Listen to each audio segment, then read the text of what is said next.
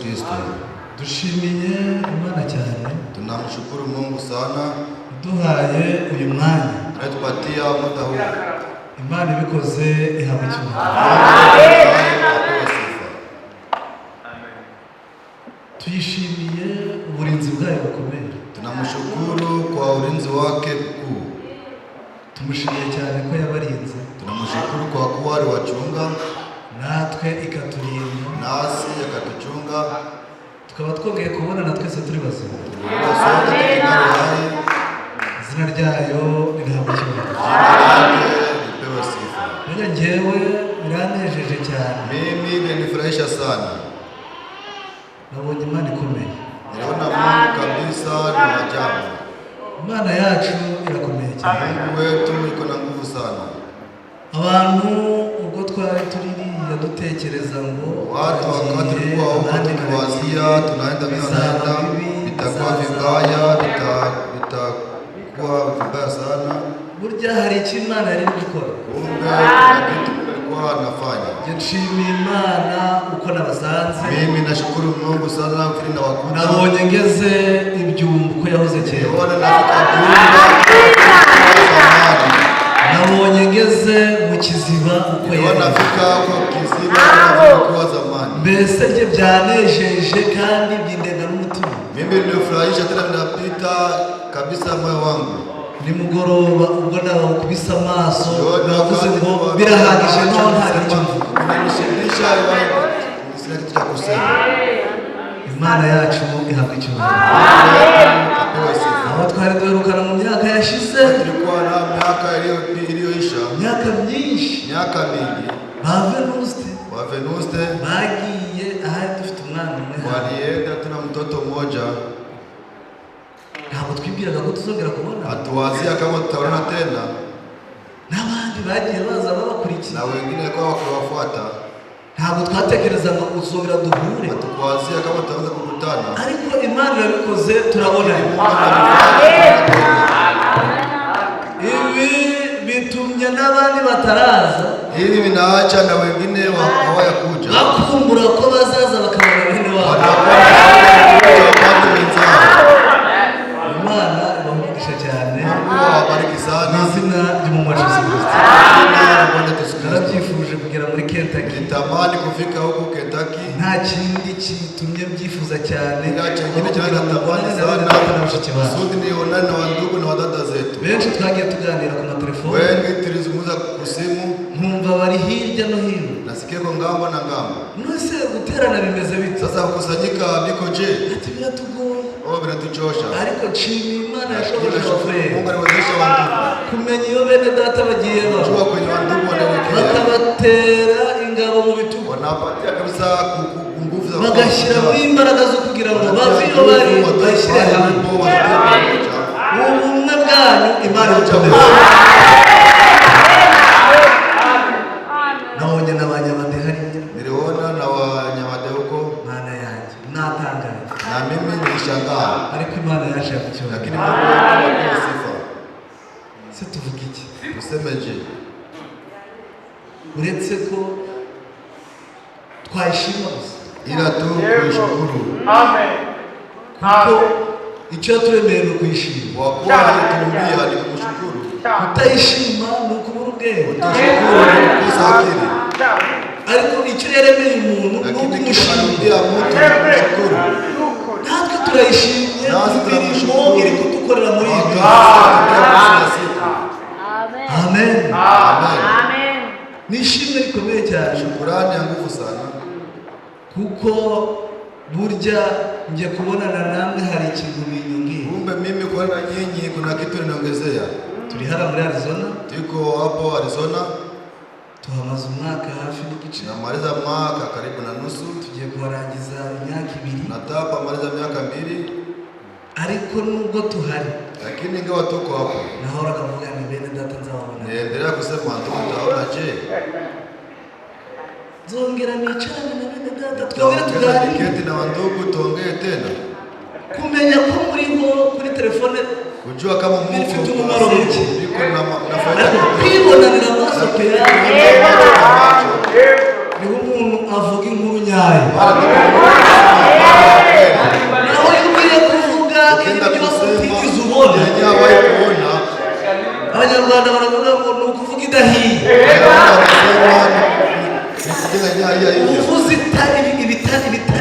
utazi wewe ni kusema mambo hujui, ariko ibyo wiboneye lakini yale n'amaso yawe biguhereza inkuru nyayo, nawe uzagera ukabivuga ubihagaze kuko wabibonesheje amaso yawe.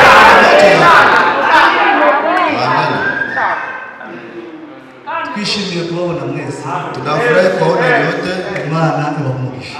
Bene data baturutse Uganda, Wandugu walitoka huko Uganda, nishimiye kubabona, nilifurahi kuwaona, kuwatambua. Imana ibamugisha. Nta kindi rero kiduhuje, Kuna kingine kinatutakutanisha n'amaraso y'Umwami wacu Yesu. Twebwe ubwacu ntacyo twari gukora ngo tumenyane, kwa kuwa sisi hatuna kitu cha kufanya kusudi tuelewane, yewe nta naho twari kuzahurira, kuna mahali tukutania, ariko amaraso y'Umwami wacu yamenetse lakini damu ya kufalme imemwagika huko Golgotha. niyo maraso yatugize umwe, Hiyo damu kwa mmoja ahamagara uwari bunaka, akaleta mwenye alikuwa fulani, akurura n'uwari bunaka, akurura n'uwari uri mu Uganda, azana n'uwari uri muri Kongo, azana n'uwari mu Rwanda, bose bahuzwa n'ayo maraso. Tubiheshejwe n'imirimo y'intoki zacu, tubiheshejwe n'imbabazi z'Imana.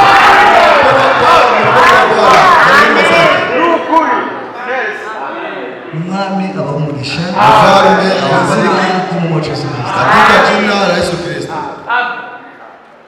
Naho twavuga ibi Ingawa tunasema hivi tu, nta n'ibindi, hakuna vingine, ko nta bindi bishyashya, hakuna vingine vipya.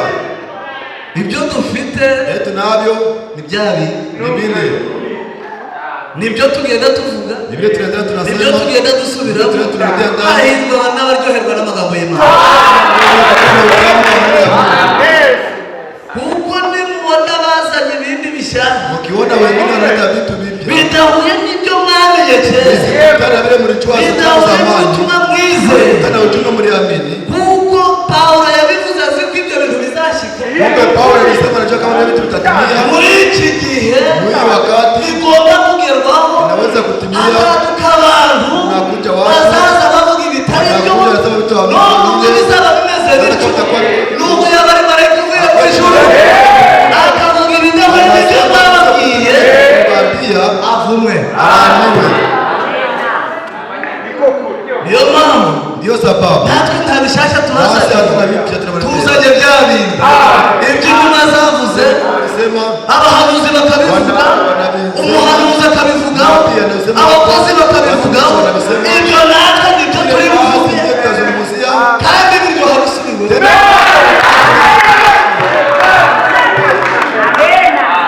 Amen. Biryoha bisubiwe. kwa utamu na ndio Uzumva abantu bari mu birori, utasikia watu wenyewe ndani ya sherehe, maze bamwe bajye baza batandukanye, wamoja wanakuja wako tofauti, umwe ashyira urutoki hejuru, mmoja tie kidole juu, ariko njye ntabwo numvise lakini sikusikia. bahamagara umugabo ati subirira muri abo byavuzwe, Rudia ndani, niba ari byiza kama ni vizuri bose barakoma amashyi. wote watakuwa. Kubera iki? Kwa nini? Byongeye birasubirwamo, Wanakuja kurudia ndani, n'abatari babyumvise nabo nibabyumva, nabo ni wabisikia, n'abandi bari buze watakuja byongere bisubirwemo, abatari barabyumvise nabo bongere babyumve. Niyo mpamvu nakunze ijambo ndio sababu nipenda neno jioni tulisikia. Imana ikiriza mu bihe. Anaokoa ndani ya wakati. Amen.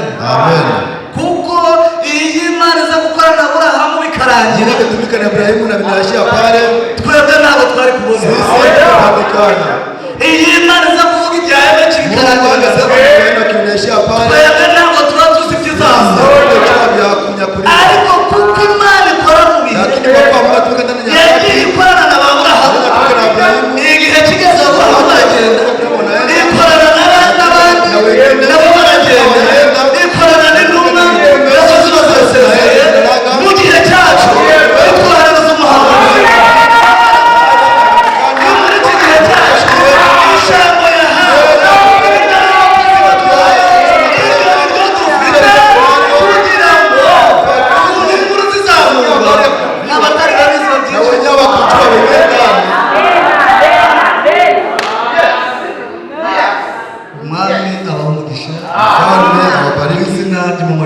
katika jina la Yesu Kristo. Tufite indamukanyo z'umusaza Munyarubuga. Twiko na salamu ya mzee Munyarubuga.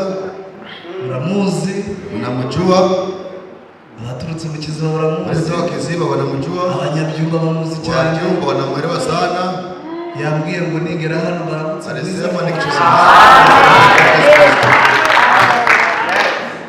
Gasana twaravuganye. Gasana naye tuliongea. Ni pastor wacu mu Kiziba. Ndiye mchungaji wetu kwa Kiziba. Nawe amaze kumenya ko ngiye kuza. Naye kishachua kama nataka kuja hapa. Yarambwiye ngo nzabaramutse. Alisema si yeye pekee na Rukundo. Na Rukundo. Rukundo ko mahama kama. Nawe yaramugaye. Naye niita. Arambwira ngo aniambie nzabaramutse uzaje. Hari n'abandi bene data bari muri Kongo na wengine wa ndugu wanaishi Kongo. Bamaze kumenya ko bakishajua ya kwamba kama tuende mu nchi na kauka. Ahubwo tukugenda burya hari ikintu. Kumbe tunaenda na kuna kitu. Barabwiye bati walisema eti uzabaramutse babwire ngo dutegereje mu bwo bategereje.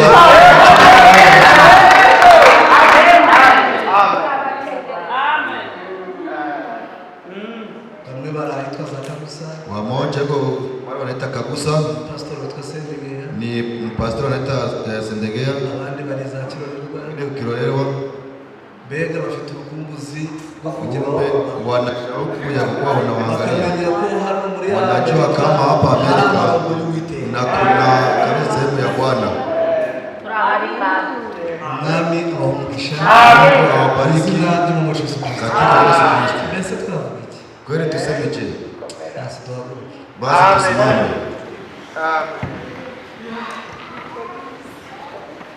Tusome amagambo y'Imana. Tusimame tusome neno la Mungu. Turayasanga muri Yesaya. Tutakuta ndani ya kitabu cha Yesaya. Turamukanye. Tusalimiane muri aya magambo. Maneno haya. Uko ni mugoroba twaganiye twavuze jioni tulizungumza na kusema eti twaje tunaniwe. Tulikuja na tunachoka. Ariko kandi lakini sasa tuzaganira. Tutazungumza. Umushyitsi yaje mu karere. Mugenda yukuja ndani ya Ulaya. Baramwakira. Barampokea. Walitupokea jioni. Tunakula chakula vizuri. Tunaangaa kukua haki. Kurya twari kurya kurya ibyo batwakira. Kumbe tulikuwa tunakula kwa nini tuwaeleweshe. Ndugu eti na wewe sasa tuzungumzie. Acha tusome kitabu cha Yesaya.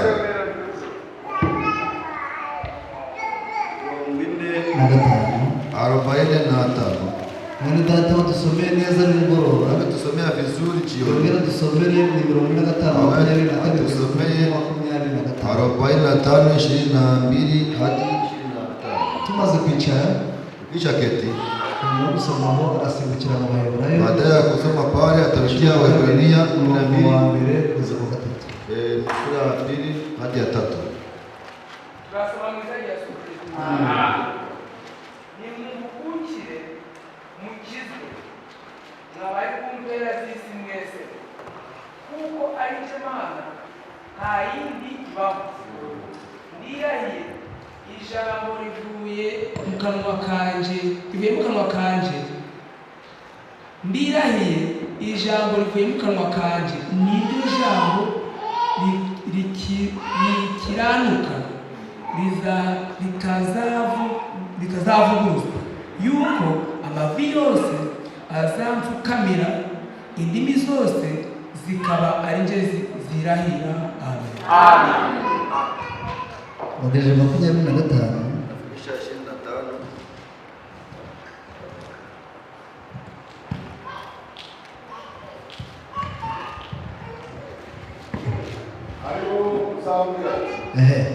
Uwiteka onyine niho ari gushaka n'imbaraga.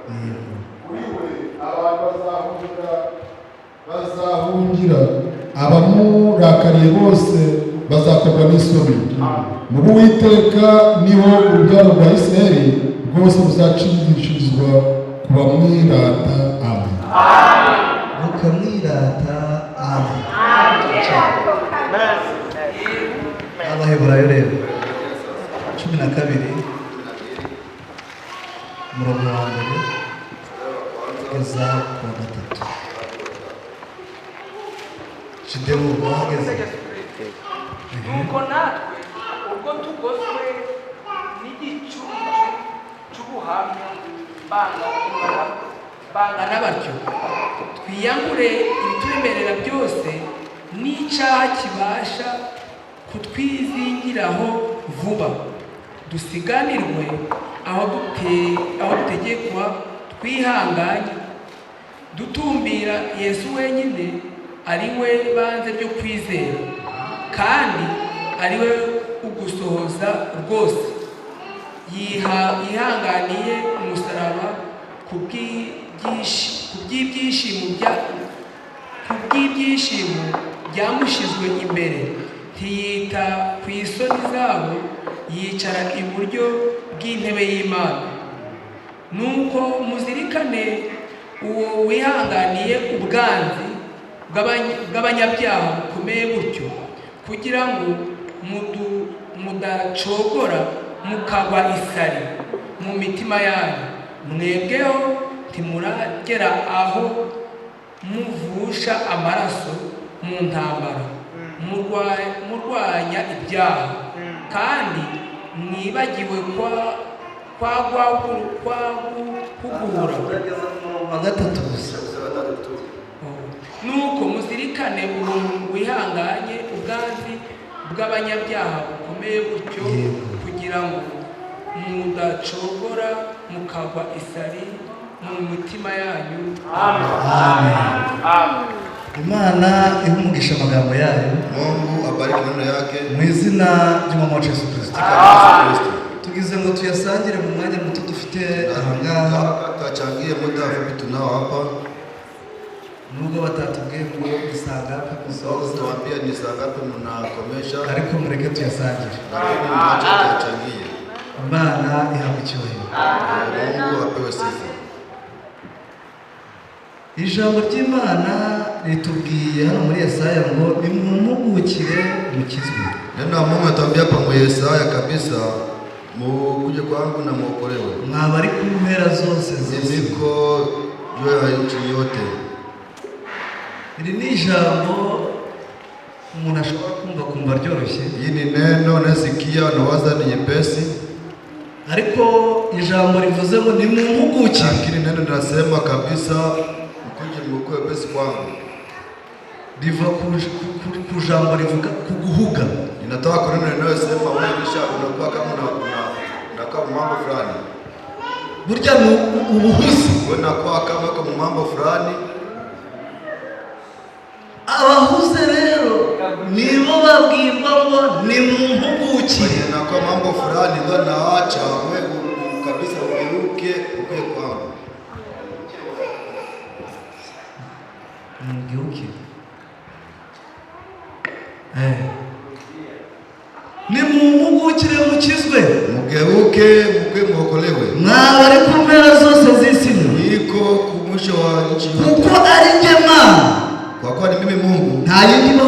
Hakuna yingine naishi. Ndirahiye. Nalapa. Ijambo rivuye mu kanwa kanjye niryo jambo rikiranuka. Natoka mu kinywa yangu ndio nakuwa. Litazavuguruzwa. Kabisa halita. Amen. Amen. Ijambo rivuye mu kanwa k'Uwiteka niryo rikiranuka kandi ntirizavuguruzwa. Arakomeza ati, anaendelea ati, kandi tena yuko amavi yose apfukamira, azapfukamira, miguu yote piga magoti, indimi zose zikaba ari nge zirahira, na lugha zote mimi zitalapa. Hari uzambwira ati, kuna mwenye ataniambia ati, mu Uwiteka honyine niho hari gukiranuka n'imbaraga. Bwana pekee ndio kuna haki na nguvu. Kuri we niho abantu bazahungira. Kwake ndio watu watakimbilia. Abamurakarira bose bazakorwa n'isuri. Wanamufikia wote watahayarika. Mu Uwiteka niho urubyaro rwa Isirayeli rwose ruzatsindishirizwa. Ndani ya Bwana, mu Uwiteka niho urubyaro rwa Isirayeli rwose ruzatsindishirizwa rukamwirata. ndani ya Mungu Israeli ndio itashindiwa tena imutape. Amen. Amen. Nimumugukire mukiza.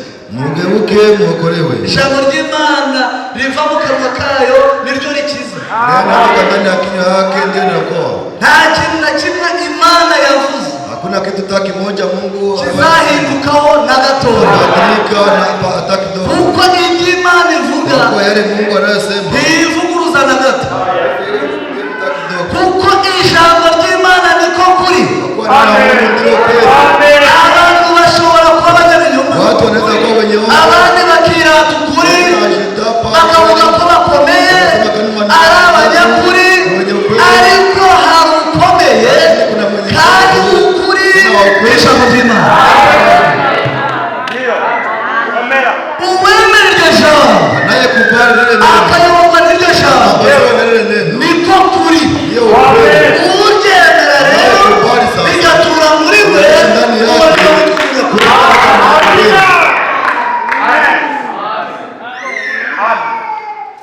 Imana ibahumugisha izina ry'umumaca Yesu Kristo.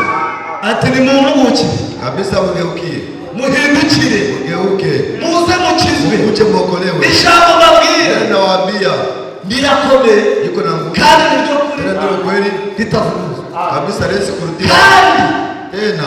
abantu bose bahungira ku Uwiteka Wote wanakimbilia kwa Bwana, batsindishirizwa nawe, wanashindia bagasigara bamwirahira, bagasigara bamwirahira kuko babonye ubuhungiro ku Uwiteka.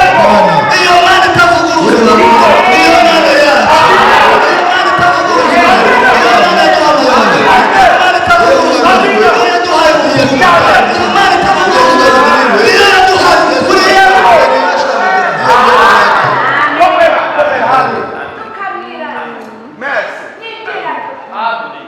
Maze tugahimbaza, tugacira umurindi, tukavuga tuti najya kwirahira, najya kwirahira,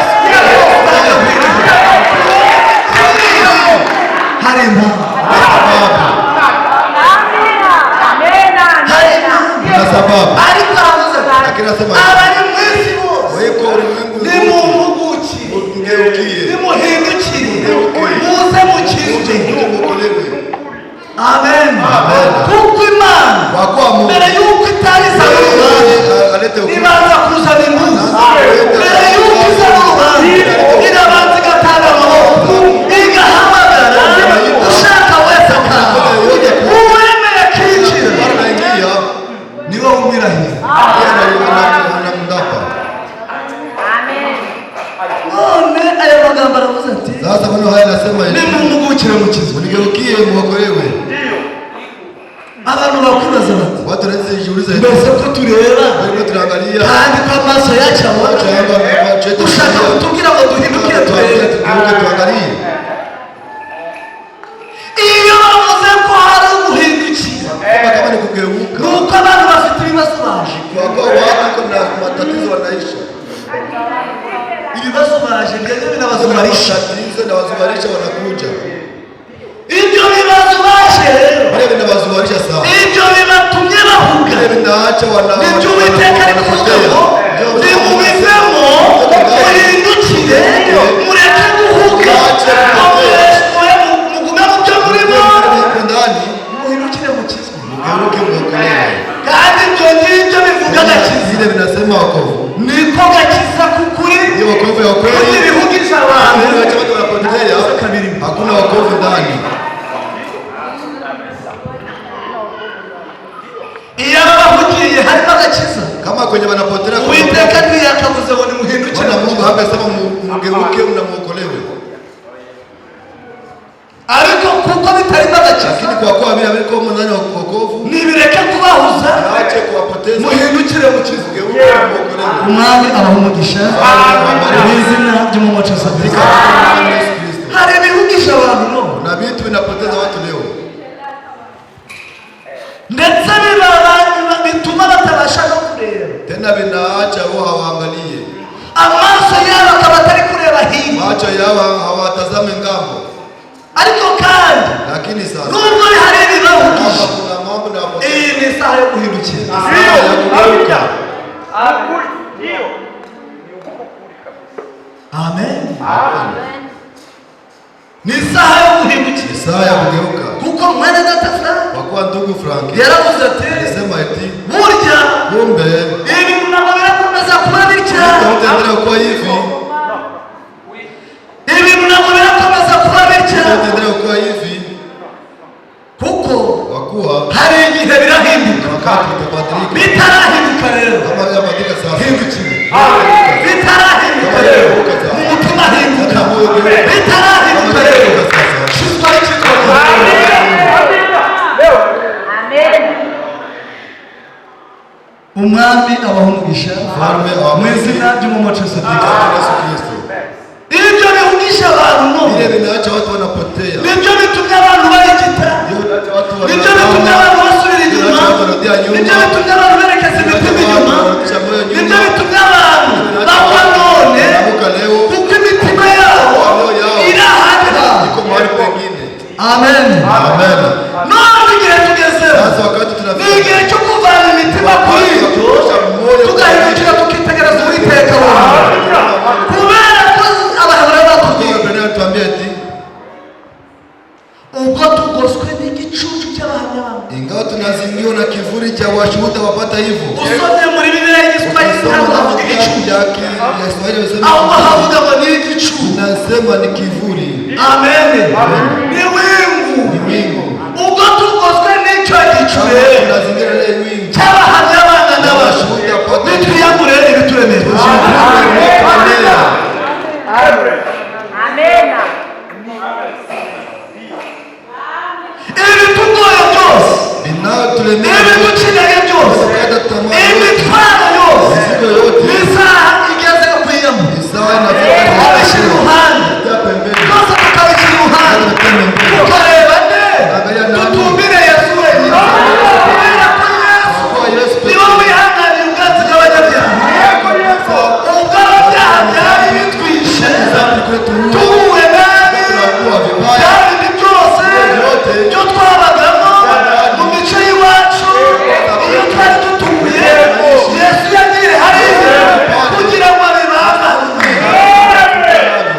abaza kubambanwa nabyo nawe aravuga ati aba ngaba nirwo rubyaro, abo bakomotse hariya muri ariya maraso nirwo rubyaro rw'Imana. Atukura mu bantu b'Imana, Anatoa ndani ya watu wa Mungu. atubwira abana b'Imana. Amen. Kuko hari abantu b'Imana, Kwa kuwa kuna watu wa Mungu. uwo ni umugabane, Ile ni sehemu moja. hari n'abana b'Imana. Watoto wa Mungu. Abantu b'Imana ni bande? Watu wa Mungu ni wanani? Ni abantu bose mubona bagenda, Watu wote ariko bato ntabwo ari impanuka, na wasi watu wenye kukua ghafla hivyo. ari wumva. Yende yaremye. Abo bantu rero Wale watu sasa. niyo mpamvu uzumva abantu baravuga ngo ugende umuntu w'Imana, Unasikia mimi ntabwo uzavuga ngo ugende uwa Satani, ahubwo buri wese azagenda agana uw'Imana, n'undi atambuka agana uw'Imana. Isi yose yuzuye abantu b'Imana, mu nsengero huzuye abantu b'Imana, ariko aho ngaho hari ab'Imana yahamagara,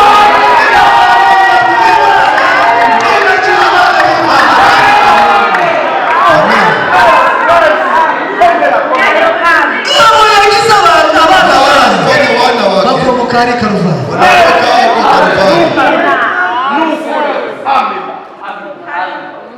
Umwami abaha umugisha Mfalme awabariki. mu izina ry'umumocezo. Igihe bagize ngo bari kumuhwahwana, Wakati waliwaza kama wanamumaliza. uriya muroma mukubise icumu, Chunga akipiga mkuki. bagira ngo bari kumurangiza, Waliwaza kama wanamumaliza. naho hari kubise cyo kugira ngo ngewe nawe ugaragare hariya. Abamwemeye bose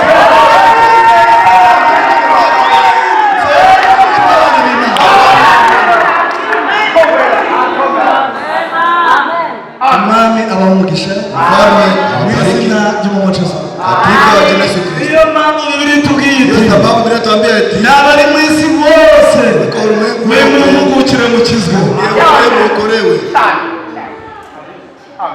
mumenye ko Uwiteka ari we Mana yonyine. Kama Mungu ndiye Mungu. Nta kintu kibahugisha Kuna kitu kinawapoteza. cyangana n'Uwiteka.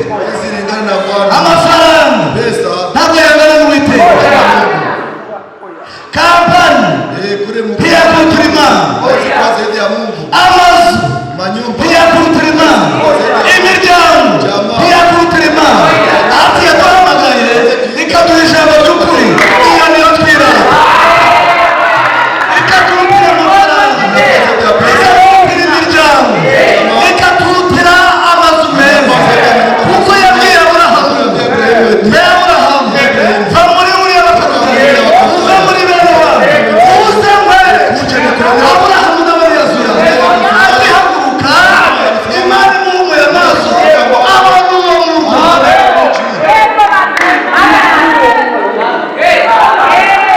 Abantu bo mu Rwanda. Abantu bo mu gutandukanye n'imigi ya hano. Aburahamu nawe arahira ati nanjye Senyeri kimara kubibona kimara kubyitegereza amaso yanjye abibona sinzigira bino mu bikomeye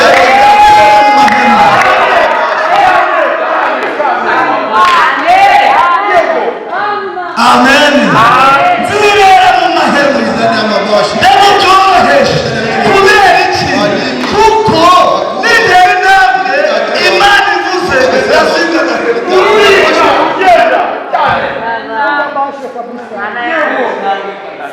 amen ndazinga nimukaho narindi nongere nzinge nimukaho narindi nongere nzinge nimukaho narindi kugeza ryari niciye muri nyamurwanda umwami abahugisha mu izina ry'umucuzi ibihugishe benshi Tunapoteza wengi au ijambo ry'Imana riti na Mungu ni muhimu. Mugeuke. nimugaruke Mugeuke. kuko nta biri hano Wakuwa wako hapa. bizakujyana mu ijuru. Kupeleka mbinguni. Amen. Amen. Ibiri hano byose Wako hapa vyote. ni mali ya ulimwengu. Kandi ijambo ry'Imana ratubwira riti isi irashirana no kwifuza kwayo. Amani yake. Hii dunia, Iyisi. hii ulimwengu Iyisi. munaona Mlikubona. itaisha Zawashira. na mahitaji yake Ibyifuzo bye byose. na watu walijia ile mahitaji Binjiye muri byifuzo. bakaporomoka ndani ya ile mahitaji. Hii imani waizingazinga nabo irabazingazinga muno ariko abahamagara n'Imana kwizera ijambo ry'Imana bakamenya ko ari nayo Imana iriho abo ngabo Imana irabikura iberekeza hahandi igishasha Imana iri kureba ariko aravuga amaso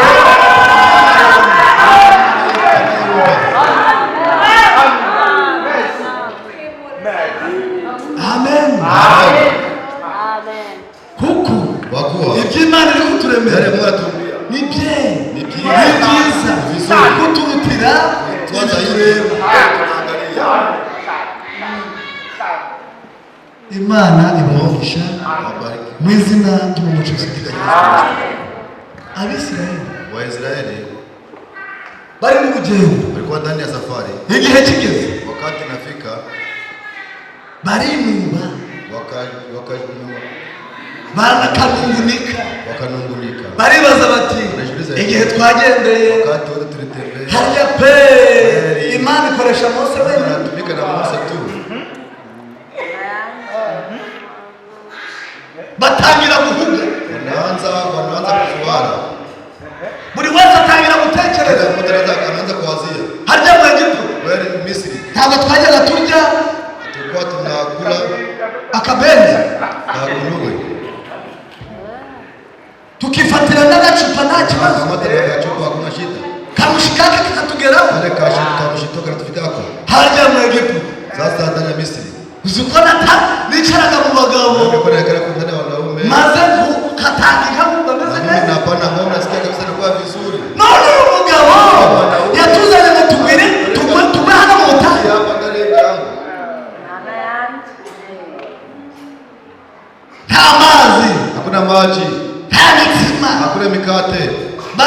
batangira kwinubira Musa. Wanaanza kumnung'unikia Musa. Biblia inavuga, Biblia inasema eti batangira kwanga no gutuka Imana na wanaanza Musa. kukataa na kukufuru Mungu na Musa. Wakaanza kumkufuru Mungu. Wanaanza kumkufuru Mungu. Batangira kutuka Imana. Kuko ngo bavuze nabi Imana. Walisema vibaya Mungu na Musa. Na Musa. Kandi Tena iyo bigeze ikifika wakati abantu bagatangira kuvuga nabi, watu wanaanza kusema vibaya abagaragu b'Imana, watumishi wa Mungu, safari yako, urugendo rwawe, safari yako uri mu marembe.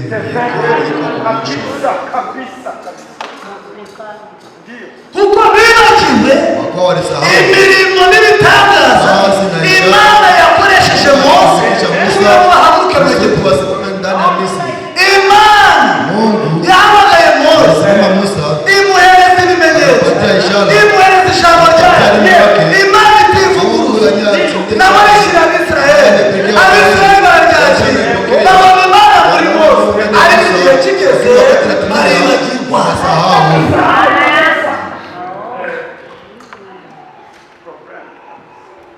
Bamaze kwibagirwa, kisha sahau, batangira kuvuga nabi Imana, wanaanza kusema vibaya Mungu na Musa. Batangira kuvuga nabi Imana na Mose. Vibaya Mungu na Musa. Branham aradusobanurira amagambo. Burya ntabwo ari Mose bari banze, ahubwo bari banze ijambo ry'Imana. Kuko Imana n'ijambo ryayo, kuko ntabwo wanyanga ngo ukunde ijambo ryayo. Amen. Batangiye kwanga ijambo ry'Imana muri Mungu ndani ya Musa. Kuko baramubwiye ngo bambwiye ati n'iyi mitsima turayirambye, iyi mikati kabisa turayichoka. Kumbe ndiyo inafika wakati igeze igihe abari mu rugendo batangiye kurambirwa n'ijambo, kuchoka na neno. wapi kuvuga ngo ugendere, wewe sema ushiendie, useme kitu. Agatangira kurobanura, anaanza kuchagua. Uyu ni uvuga neza, anasema vizuri, na uriya wavuga nabi, anasema vibaya. Uriya ni uvuga neza, anasema vizuri. Uriya ni uvuga nabi, uriya arahagaze, uriya ntabwo ahagaze, akazunguruka, akava hano, akajya hariya, akagera hariya, akajya hariya, akongera akagaruka. Menya ngo byarangiye, njye ya kwamba binaisha. batangiye kuvuga Imana nabi na Musa, bakaanza kusema Mungu vibaya na Musa. Imana nayo kuko itivuguruza unayojua tuingie iravuga iti bariya bantu navanye ukuboko gukomeye, none bigeze igihe baranyibagiwe, batangiye kungomera, batangiye gukora ibyaha, kufanya dhambi, reka mbateze inzoka, acha kabisa niwapige na nyoka. maze ibinjiza mu inzoka zifite umusatsi kabisa, nyoka za makali. uwa mbere zirazimuciye, wa kwanza zinamukali, zirazifasha uwa kabiri, zirazifasha uwa gatatu. Ati Mose we, turapfuye burya ziratumariza, none tugire dute? Twacumuye ku Uwiteka, none tubigenze dute? Mose we, ziraturangije. Amen. Ibyari bibahugije, ibyo bari bagiyemo, Imana ivuze, Imana itegetse, batangira kubona ko amazi atari yaya. Wanaanza kuona kama maji si yale yale. Amen. Amen. Maze inzoka zirazibinjira, za nyoka zinabangia ndani. Zimaze kubinjira, kisha baingia ndani. kuko Imana ari nyama, kwa Mungu mwenye ari nacyo mbwira abateranye, naambia wenye kusanyika, wemeye agahindukira, Imana iravuga iti nimwemere, mkikubali, mukizere, muamini, muzakizwa, mtaokolewa. batangiye kumenya ko bacumuye, Anza kujua kama batangiye kumenya ko bamuye. kujua kama walisaliti. Imana ya Musa iti shicura inzoka mu murima weka tengeneza nyoka uyimanike uyitundike hariya ku giti mare ku muti. amen Amen. kuko imana Wakuwa Mungu ntiyashoboraga gukiza icyaha angeponya dhambi bakoze walifanya itanyuriye bila kupitia muri haha ndani ya pale. amen Amen.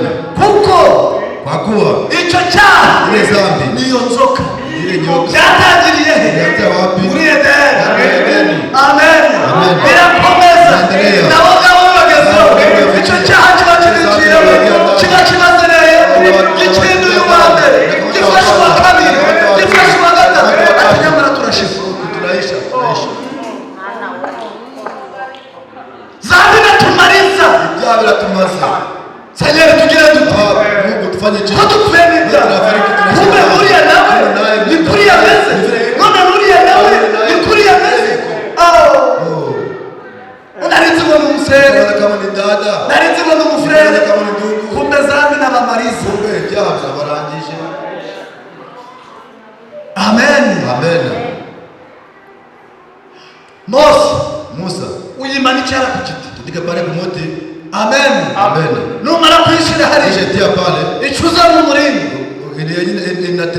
inatengenezwa ndani ya shamba. aha uwo murima Ile shamba bisobanuye iki maana yake bisobanuye urubanza maana hukumu. burya Kumbe ubwo icyaha kigiye ku giti giciriweho iteka giciriwe urubanza ubwo giciriwe urubanza abakoze ibyaha bose baracirwa urubanza ntibahindukira bakareba hariya Wakiangalia pale. niba bahindukira bakitegereza Wakigeuka wanatazama. mwenye aligiriwe na nyoka Herode Iwe ni inzoka roho wewe. ikamwinjiza mu isumu Inamwingizamu kabisa ile sumu. bumara Ile sumu. ukinjira muri we Unaingia ndani yake. akivuguta niyisobanukirwa ashobora kuyacumuye yareba hariya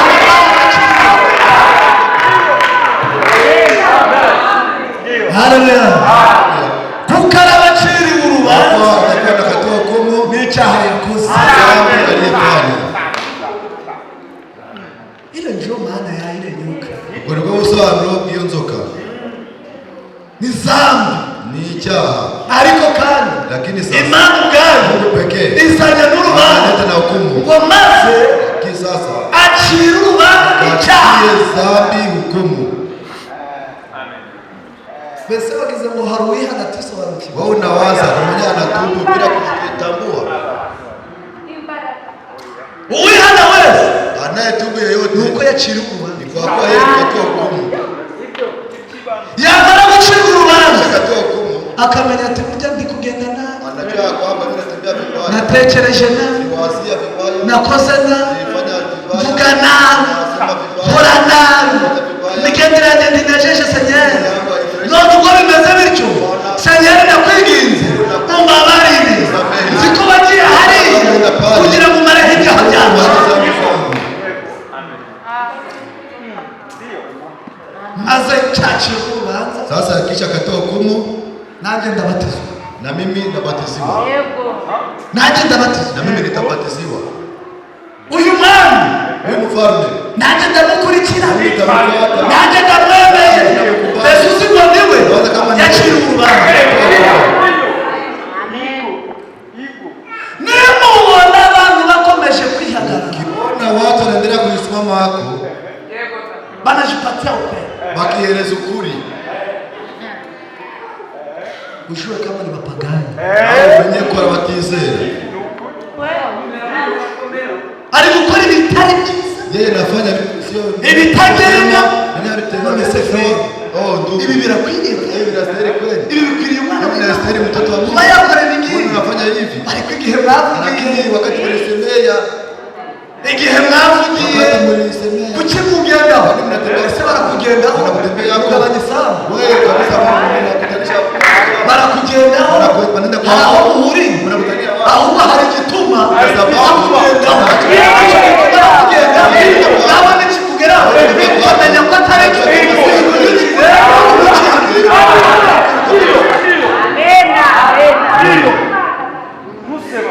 ariko nimwanga Lakini ukikataa mpagani kuko abatizera nibo bazacirwaho urubanza, ndio watakatiwa kwa hukumu, bagacirwa urubanza wanakatiwa hukumu n'abizeye na waaminio. ngiyo. Amen. Amen. Ariko none Lakini sasa ijambo riratubwira riti neno linatuambia eti abamonde bataracirwa urubanza, watuamini bila wakatiwa hukumu. hukumu ni ndani ya nyumba ya Kwanza kwa ile mzu imani pale. au Kumbe kuwa muri iki gihe ni wakati cyo guhindukira ndio wakati wa kubadilika au kugeuka. tukava mu biduhugisha, Natoka vile vinatuzubalisha. tukava mu bituma ducika Natoka vile intege. vinatupata tamaa. Umwami abahumugisha mu izina ry'umumocozi Yesu Kristo. bamuvuze nabi, Wakimsema vibaya abagenje atyo, wanafanya hivyo kuko kiriya cyaha yakoze kwa kweli zanga cyerekanaga umwana w'intama uzabanga hariya akamena amaraso, maze Bibiliya iratubwira ati hariya muri Yohana kuko Imana yakunze abari mu isi cyane, kwa kuwa Mungu alipenda ulimwengu sana byatumye itanga umwana w'ikinege ilimsababisha kugira ngo kupata umwizera wese, mtoto atamwamini yeyote, umwizera wese atamwamini yeyote. yavuze ngo abakristo, Alisema Wakristo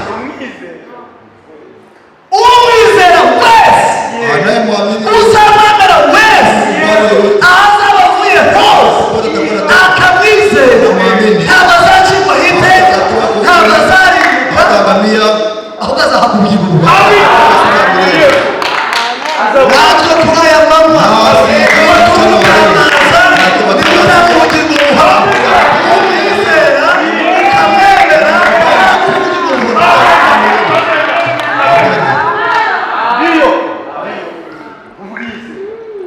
Umwami abahumugisha mfalme mu izina ry'umumocozi katika jina la Yesu Kristo. uwo Ule yashyizwe hariya alitiwa pale kugira ngo ibyaha byanjye bicibwe urubanza, zihukumiwe, zambi zako zihukumiwe. ibyaha byawe bicibwe urubanza. Amen. Amen. Kama haujahukumiwa Niba utarashika urubanza ndani yako muri wowe na ungali kutenda dhambi, ukora ibyaha, hii ni saa iyi ni isaha ya kutoka mwamini, y'ibyo. kuko umwami Kwa mfalme aracicaye ku ntebe y'imbabazi, ngani na kitu kiti cha rehema, ategereje, anachunga, arahamagara ati anaita, nimuze, uje tukuje, nimuze, tukuje, yemwe abarusha wewe n'abaremerewe, walemewa, abagifite ibiremereye, abagifite imitwaro, iyi ni isaha yo gutumbira Yesu, tukareka ibituremereye, tukareka imitwaro, tukareka ingoma, tukareka ishyari, tukareka uburakari, tugasiga byose tugatumbira Yesu wenyine.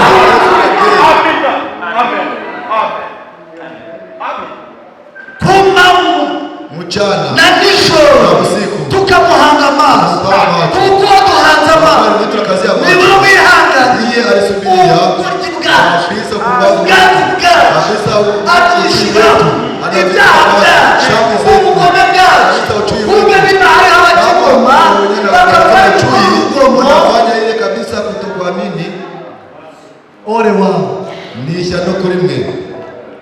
uwasi Mungu alimumaliza. Ubugome Imana burangije hariya. Ubugome Wasi igomwa, wasi muzi kugoma, unaanza nyinyi kabisa kuwasi kugoma. wasi. Abantu bajya batukana kuri umugome, Watu wanatukana wanasema wewe kabisa wiko mtendao maovu, ariko ntabwo bazi uburebure bw'icyo kintu. lakini hajua urefu wa kile kitu Kugoma ni uburebere kabisa. Kuasi kabisa ni urebere, ni uburebere, ni urebere ni ukwigomeka kabisa, ni urebere. Amen. Amen. Kwigomeka, Unakuwa rebere. kwigomeka rero Sasa kufanya rebere bisobanuye iki? maana yake Uri gukora ibyo uzi unataka ninajua hari bibi, ariko ugakomeza ukabibamo. kuko ndani Ejo basi ubwo nibwo bugome kwigomeka, kabisa, kuwa rebere. ukigomeka. Wewe kabisa nakuwa rebere. None se Sasa dada, ko batemere ko message itemera ko wambara ipantaro. Mbona ujumbe ikubali uvale suruali. Hapana, nitaitia ndani. Nije uzari mukagera. Mimi nitaangamia pekee. Mgome. Wewe kabisa uko muasi, utaamini.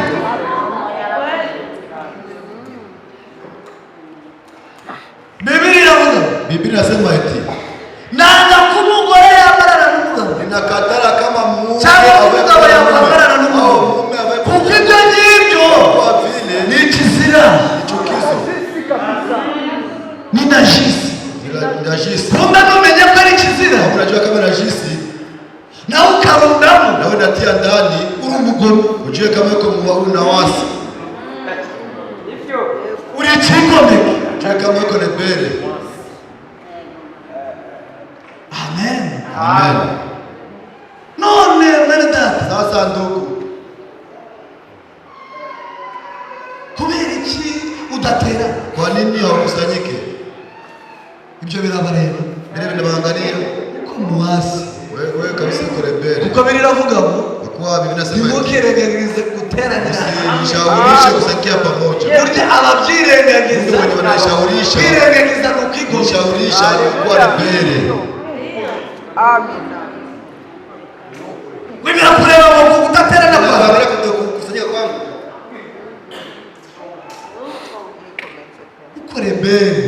Wewe kabisa wewe kabisa. Kama upende kuwa rebere, Niba udashaka kukinga usiye pekee. mu nyumba. Wagarutse mu nzu. Mbese muzi ngo igihugu cyemera abarebere. Unawaza nchi na kubali wa rebere. None igihugu niba kitemera Sasa abarebere. nchi kama ikubali wa Imana rebere. yemera abarebere. Unawaza kama unapenda wale wa rebere wa kuasi. Igihugu gitanze amategeko. Mungu kama nchi napanda sheria. Kikamenya ko hari abari mu birwanya. Hapa kuna wenyewe na vigomba. Nacyo kiva hasi ngo kibirwanya. Na inatoka chini. Niyo mpamvu Ndio sababu ijambo ry'Imana na Mungu iyo uryakiriye kilipokea. kandi utarukamera ukabivamo, Mungu kutoka ndani. niryo rigaruka Rudia. rikakurwanya. Inakusimamisha. Ukuri. Amina. Waca mu ishyamba Unapita ndani ya ugahurira pori. naryo hari Unakuta nayo pale. aho natera Ni mu bintu batekana. ugahora wiruka Unaendelea unakimbia. ukabinyeshyamba. Unakuwa Imana wapori. ndabateranye Hali. ni mu mpugukire Ugeukie. Imana ibaha umugisha Mungu wetu mu awabariki. izina ry'umwami Yesu Kristo.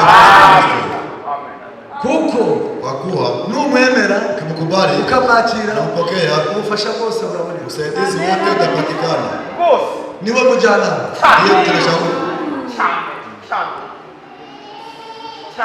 Niwe mujyanama. Ndiye mwenye shauri. Aho inama za pasitoro zidashoboka, Mwenye shauri ya aho mchungaji. inama z'abakozi Mwenye zidashoboka, shauri ya watumishi haiwezekane. wowe niba waramwakira Wewe kama niwe unampokea, mujyanama.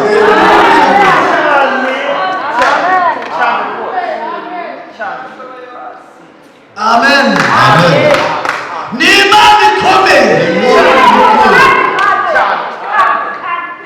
Ikomeye ite? Anakuwa Yaravuze ati sema hivi. nzaba umubisha w'abashaba, nzakora n'ibinakora, nzagusiga, nzakwa. Ni imana ikomeye. Ni imana ikomeye. No mu bigeragezo ndani ya magonjwa Urwaye uko nawe, uko nawe. kuko yaravuze Kwa kuwa alisema hivi. ukuboko kwe Upendo wake ntikwaheze, ntikwabaye kuko kunanirwa gukiza. Ni imana ikomeye, ni ibidashoboka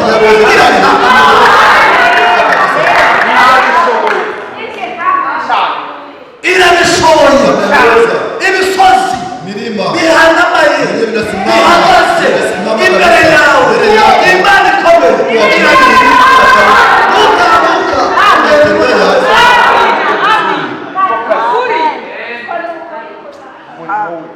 amen. amen.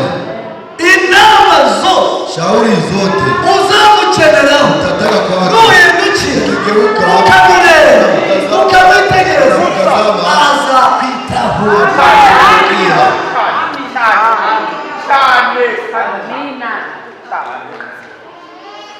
Imana ibahumugisha. Mungu awabariki. Izina ry'umukiza. Katika jina la Yesu Kristo. Nimumuhugukiye. Munigeukie. Abahanuzi Wanabii baramuhugukiye. walimgeukia. Bamubona mu buryo butandukanye. Wanamuona mnamo tofauti.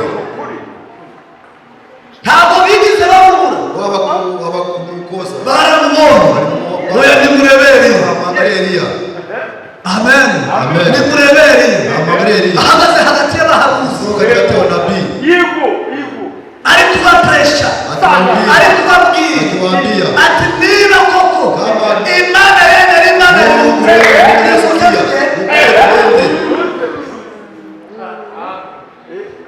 Amen. Amen. Abahanuzi Wanabii baramuhugukiye. walimgeukia, wanamuona kabisa karote. Mikali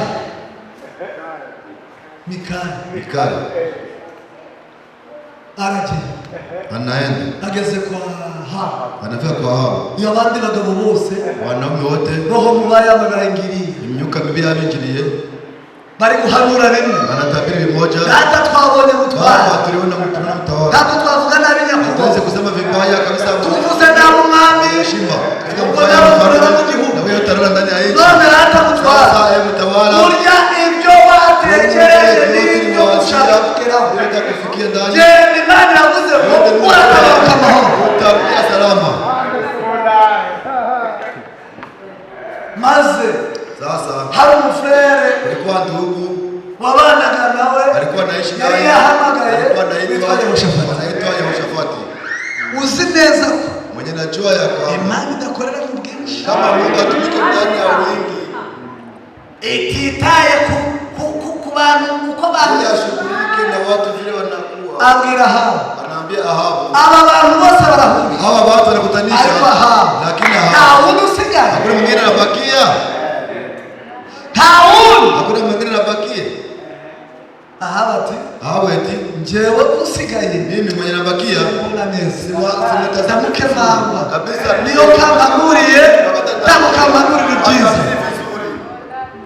Yehoshafati ati Yehoshafati eti uwo ule usigaye anabakia, uwo nguwe mumuza murete naye nawe aze haya kuja twumve ibimuvamo. sikia vile kutoka ndani yake. Amen. Amen. Kuko azi neza Hakuna najua ya kwamba iteka kila mara igihe cyose kila mara isi ulimwengu ntirigwa neza abana b'Imana. haikuwa vizuri watoto wa Mungu. Amen. Amen. Ntabwo neza abana b'Imana. Iteka ihora ishaka kurwanya imbuto y'ijambo ishingirire naho bigaragara neza. Nawe unapatikana vizuri. Aravuga ati usigaye Anasema na naye bakia, umlete naye. Mikaya Mikaya anakuja. nawe kuiteka Na wewe sema vile. none Mikaya Sasa Mikaya yabanje ibigabo byagiye kumureba wanaume byaramundi wanaenda biravuga biti kumwangalia. kandi bavuze Wengine walisema nawe na wewe wibeshe usijidanganye. nuragenda Uiteshe nao. iyi si ya none ni kwishaka. Ulimwengu ya leo ni vile nataka. Abantu benshi Watu wengi bakeneye ngo bakoreshe nataka wahubiri ibijyanye n'ibyo bashaka. kufuatana na Nimubwira mugiye muri Amerika muri umukozi w'Imana. Abandi babwira ko wengine ni magoti kabisa bashiriye i Kadeshi kabisa, magoti liishia huko Kadeshi ya Barnea. ngo turi gusenga Tuko naomba ngo tujye muri Amerika. tunataka enda Abandi nabo ati batuduhereze acha tupatie tugusengere kuombee dosiye yawe y'ubundi. dosiye yako Shimwa. kumstari batsindwe. Iki gihe tugezemo Wakati tunafika ndani, naho abantu bari kwifuza wakati watu wanatamani kugira ngo bakore ibyo bashaka. juhudi wafanye mapenzi yao, Ntawe ushaka gukora ibyo Imana ishaka, hataki kufanya ahubwo mapenzi abantu yao. bashaka kubona Watu wanataka kufuata amabwiriza bahwanye n'irari ryabo. kufuatana Niba na tamaa babwira yao, bati wakiwaambia data oh, gusuka imisatsi ni byiza, gusuka nywele ni vizuri. nawe uvuga ati uri umukozi w'Imana. na useme wewe mtumishi wa Mungu. Amen. Amen. Ati rero turi umukozi w'Imana. Kweli kumtumishi Maze wa ugashyiraho Mungu. n'agapuro, Na wewe natia ndani maze ugakubitaho n'akarangi, ugashyiraho n'ibitukura ku muntu. nyekundu ndani ya kitu. Ngo asante pasiteri, Urakoze asante pasiteri. Urakoze nanjye ndayobotse hariya Na vile kama sende Ndahabu pale, naje. siwezi enda mahali pengine. waguye Wewe unaanguka. waguye Wewe unaanguka. Imana ibahe umugisha Mungu awabariki. mu izina ry'umumucazi maze Mikaya aravuga ati Sasa Mikaya anasema eti ubwo babwiwe nimvuge nk'iby'abandi Bwana bose anasema niseme kama wengine wanasema. reka ngende mbivuge Acha niende niviseme. atangiye kubivuga Akaanza kuvisema. aha barakina Ahabu anakuwa na mashaka. Anasema eti nsanzwe ndakuzi Hallelujah. aravuga ati ubwo muze bane mukubite kama vile Bwana anasema. kandi Imana itivuguruza ijambo yavuze niryo nanjye reka mbivuge atangira kumupresha atatangiye gupresha abandi batangiye guhagarara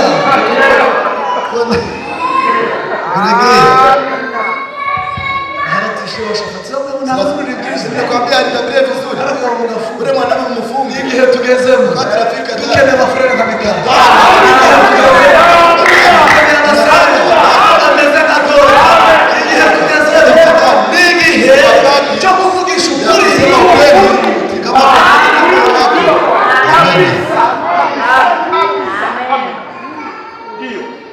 maze baba baramutwara sasa wanamkamata. uwo ni Mikaya Ule ni Mikaya. aba arambutse Anaenda. kuko atavuze Juu aseme ibyo ahabasha yenyewe Ahabu anataka. bati ariko nubwo murwaye Lakini kama mnanielewa. Imana yavuze Mungu alinena. kandi yavuze ntiyivuguruza Tena hapa alisema yeye alitenda. ubona utashe Naona kirudia salama.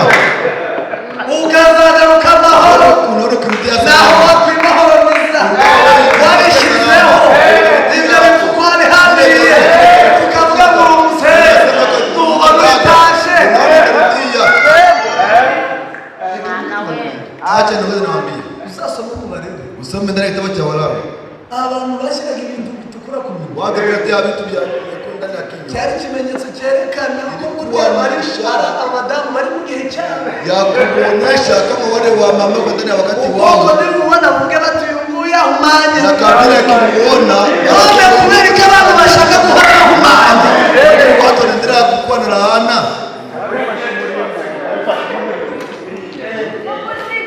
banakuwa wanashisi Baba ya kabisa batizera.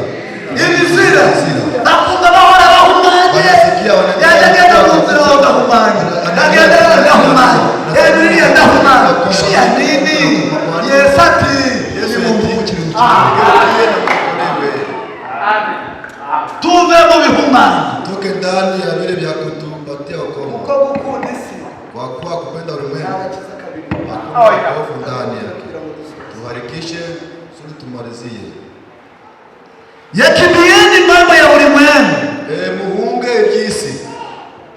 na kama kuna kitu fulani ndani yako Kandi niba hari ikintu runaka muri wowe kwamba ungali unataka kutenda jinsi unavyotenda ushaka gukora ibyo ushakira kama una mambo ya ulimwengu ndani yako ibintu by'isi muri wowe kumbuka wewe si wa Mungu utamwikana.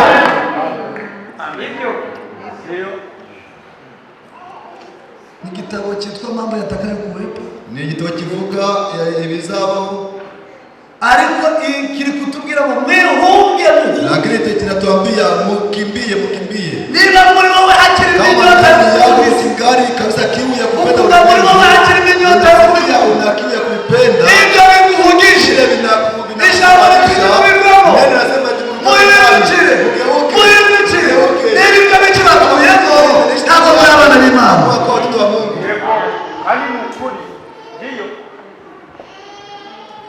wewe ni mfuasi tu wa kanisa Wewe umemba w'itorero gusa. Nibyo. uri inshuti y'itorero Wewe uri inshuti wiko rafiki na kanisa. ko mfuasi ya kanisa Wewe kabisa wako cha kama uko mgeni mu kanisa nimba wewe kama uko wewe kuna urithi wewe hauka walioga kona. uzazutera Utakuja kusanyike. abo bazakwiruka Watakufukuza. abo bazakubwira Watakwambia vibaya. Ukora ibyo ushaka. Fanya mapenzi yako. meni kama haina mapenzi ya Mungu utakora ibyo Imana ishaka Kama fanya mapenzi ya Mungu uri ingurikizi wewe utafuata.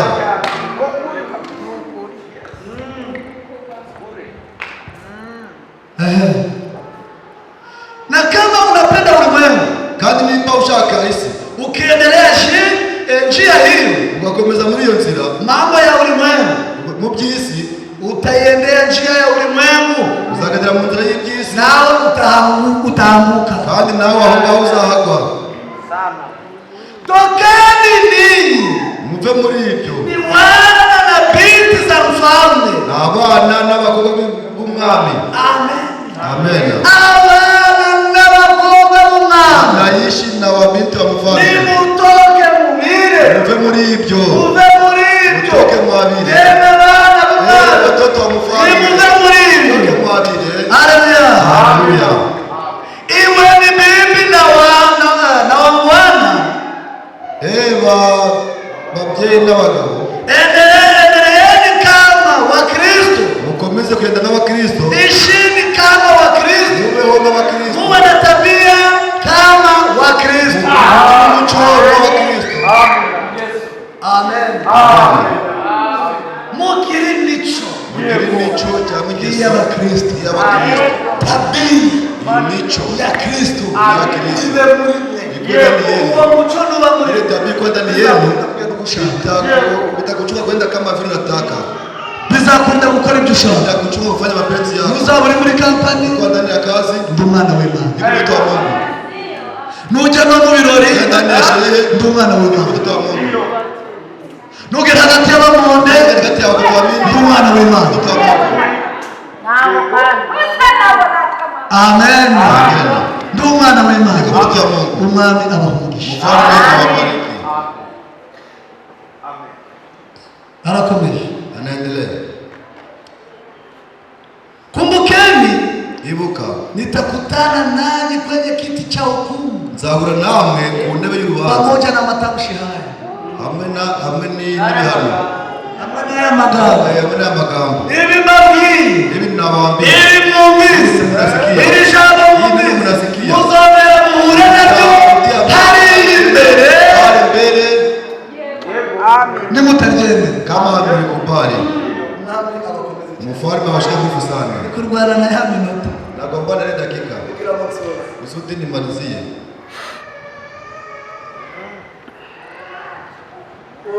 aka ni agatabo ka mwene data Frank, Hiki kitabu ya ndugu Frank, urwandiko mwirwa bose rwa 2016. niletre sikere ya kuambia wote, Kwizera gushoboka gusa igihe Imana ivuganye n'umuntu ikoresheje ijambo. kuamini vinawezekana tu wakati Mungu anazungumza na mtu kutumia hii neno. Nta hantu uzategereza, Hakuna mahali pengine utachunga, nta hantu uzategereza amavuta, nta hantu uzategereza imbaraga, nta hantu uzakura ububasha. Kwizera gusa gushoboka iyo Imana ivuganye nawe iciye mu ijambo.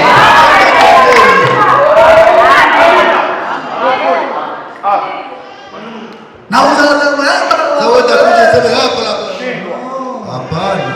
neno Ijambo kuba buri munsi, nasikia kila mara ijambo neno, umwami adutumaho buri gihe, ijambo neno Imana ishize mu bakozi bayo, iryo riduhereza imbaraga zo kuvuga.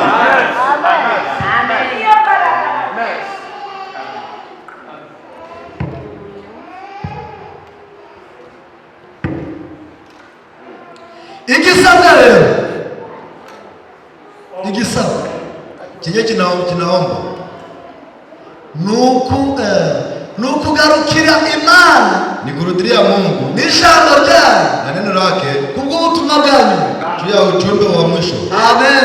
Amen. Igisabwa nukugarukira Imana nikurudilia Mungu n'ijambo na ryayo neno lake kubw'ubutumwa bwanyu. ya Mbere yo kugaruka kwa Kristo, abizera bazagarurwa ku mibereho ya gikristo y'umwimerere.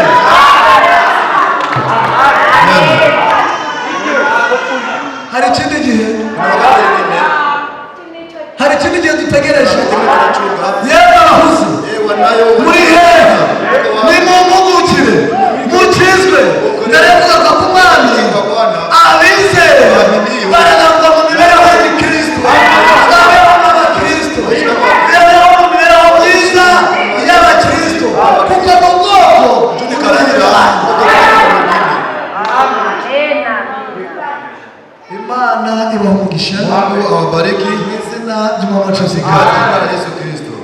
soreza hariya muri Yohana. Acha tuishie pale kitabu cha Yohana. Yohana bice 20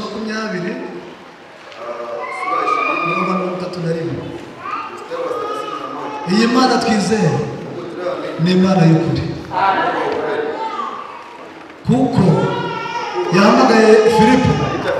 Bibiliya iravuga ngo Yesu agiye kujya i Galilaya, ashaka kujya i Galilaya, ahura na Filipo aramubwira ati Filipo, kurikira, Nifuate. Filipo nawe aba yazuyaje, aba arihuse, abahamagaye Natanayeli. Yewe Natanayeli wao n'abahanuzi wao muri Mose yanditse, abahanuzi bakamwandika, namwitegereje ni Yesu mwana Yosefu. Natanayeli nawe aritegereje, none se hari ikiza cyaturuka i Nazareti? Naho Filipo aramubwira Natanayeli, we ngwino urebe, nanjye mbwira abateragenge nimuze mugabaho bishe, nimuze murebe Yesu arahari. Natanayeli kimara kumubona aramubwira ati yewe Natanayeli, mbonye Umwisirayeli utegeka burya Filipo ataraguhamagara ahantu wicaye mu nzu nari ndi kukwitegereza. Amen. Imana irakorana natwe igihe tuzirukiye natwe tukamusanganira. Ni Imana irabona umurimo mu mibereho yacu.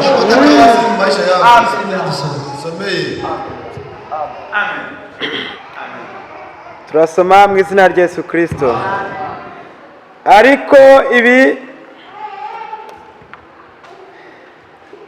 Ariko ibi byandikiwe kugira ngo mwizere yuko Yesu Kristo ari umwana w'Imana, kandi ngo nimwizera muherwe ubugingo muri Kristo muri izina rye. Ariko ibi byandikiwe kugira ngo mwizere yuko Kristo ari umwana w'Imana, ariko ibi byandikiwe kugira ngo mwizere yuko Yesu Kristo umwana w'Imana. Urukubisoma neza giti. Unasoma vizuri kwa frere babisoma. Ariko ibi byandikiwe kugira ngo mwizere yuko Yesu ari Kristo umwana w'Imana, kandi ngo mwizere, kandi ngo nimwizera muherwe ubugingo muri iryo zina rye. Ibi n'ibyanditswe bibwira buri wese. Amen. Bibwira buri wese ko Yesu ari Kristo. Haleluya. Umwana w'Imana, kandi nimwemera mukizera ubugingo buritse muri mwe. Shalom, shalom.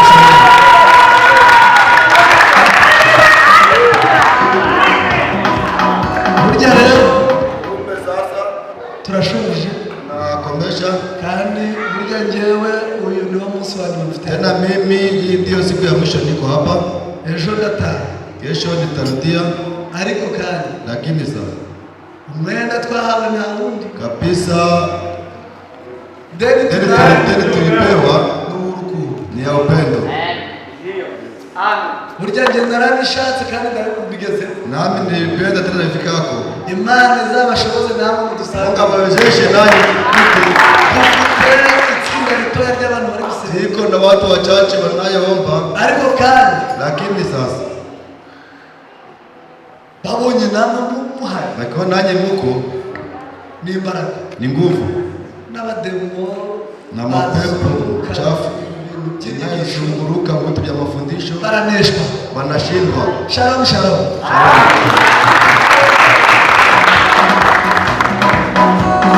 Shima, Shima,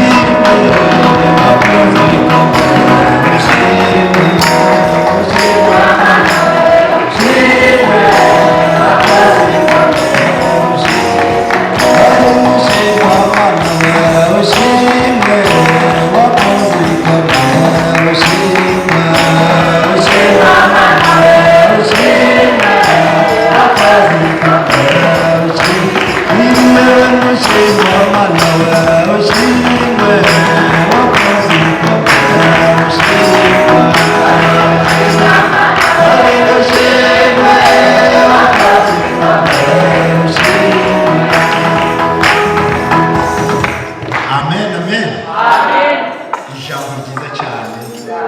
kandi riryoshe.